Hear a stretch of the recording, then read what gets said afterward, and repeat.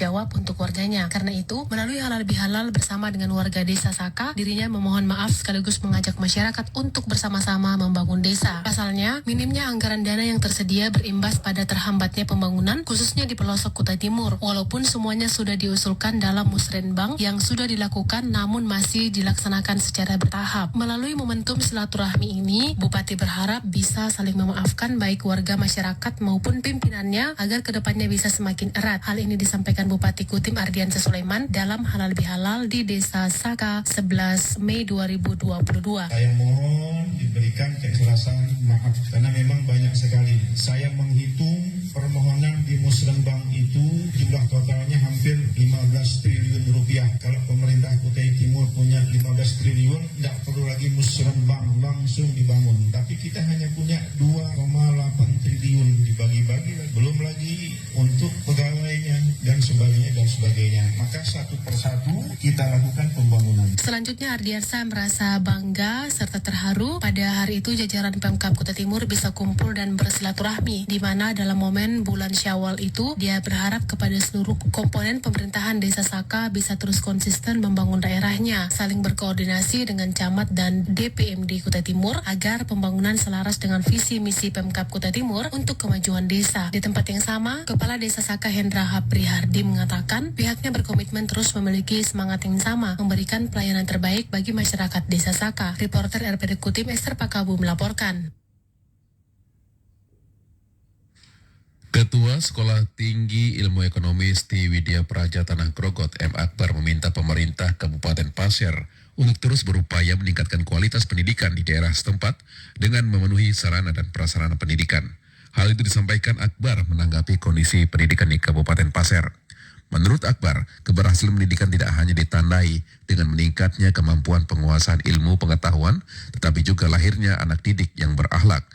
Akbar menilai, saat ini pendidikan di daerah Pasir mengalami kemajuan. Ini terlihat dari indeks pembangunan manusia. Saat ini, setiap penduduk memiliki akses untuk bisa mengenyam pendidikan. Hal ini terbukti adanya kemajuan dalam pembangunan sumber daya manusia SDM yang berkualitas. Anda masih mendengarkan program 1 Radio Republik Indonesia Samarinda. Kota Samarinda masuk ke zona hijau COVID-19. Aktivitas transportasi pasca Lebaran kembali normal.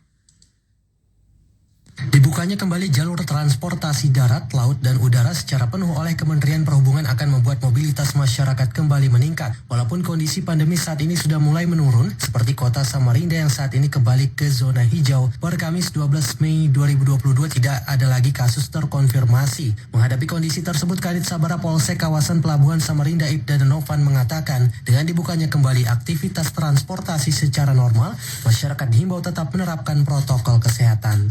Cuman kami menekankan kepada penumpang, calon penumpang ini agar tetap memperhatikan protokol kesehatan. Jadi jangan dianggap permasalahan COVID itu sudah selesai, tapi masih ada di sekitar kita. Tinggal kita bagaimana menyikapi di dalam pelaksanaan kegiatan tersebut. Lebih lanjut, Danovan menuturkan kembalinya aktivitas transportasi umum secara normal tidak membuat syarat perjalanan seperti vaksin 1, 2, dan booster ditiadakan. Untuk itu masyarakat tetap diminta melengkapi syarat perjalanan yang ditentukan pemerintah. Terkait update vaksinasi COVID-19 di kota Samarinda saat ini sudah cukup tinggi, di mana Dinas Kesehatan Samarinda mencatat untuk dosis pertama sudah sebanyak 90%, dosis kedua 77%, dan dosis ketiga baru sekitar 19%. RRI Samarinda, Auzan melaporkan. Masyarakat di sekitar Kelurahan Sidomulyo serta Pelita Samarinda dinilai tidak peduli kepada kebersihan di tempat pembuangan sampah sementara. Jajaran Kelurahan Sungai Pinang Dalam, Kecamatan Sungai Pinang, Samarinda sempat melakukan inspeksi ke salah satu tempat pembuangan sampah TPA sementara di daerahnya. Dari inspeksi tersebut, pihak kelurahan mengaku kecewa setelah melihat tumpukan sampah hingga ke bahu jalan. Kekecewaan tersebut disampaikan langsung Lurah Sungai Pinang Dalam, Mai Fadli. Kekecewaan itu bertambah karena melihat sampah-sampah langsung ditumpuk di areal bahu yang harusnya dialiri air. Dan dari tempat penumpukan sampah sementara itu, didapati kabar bahwa sebagian sampah berasal dari wilayah lain, seperti daerah Kelurahan Sidomulyo, Kecamatan Sabda Ilir, dan Kelurahan Pelita. Meski begitu, Lurah Mai Fadli mengaku tidak akan memberikan teguran kepada masyarakat, namun temuan ini akan dilaporkan pihaknya ke kecamatan agar ada penanganan yang lebih serius.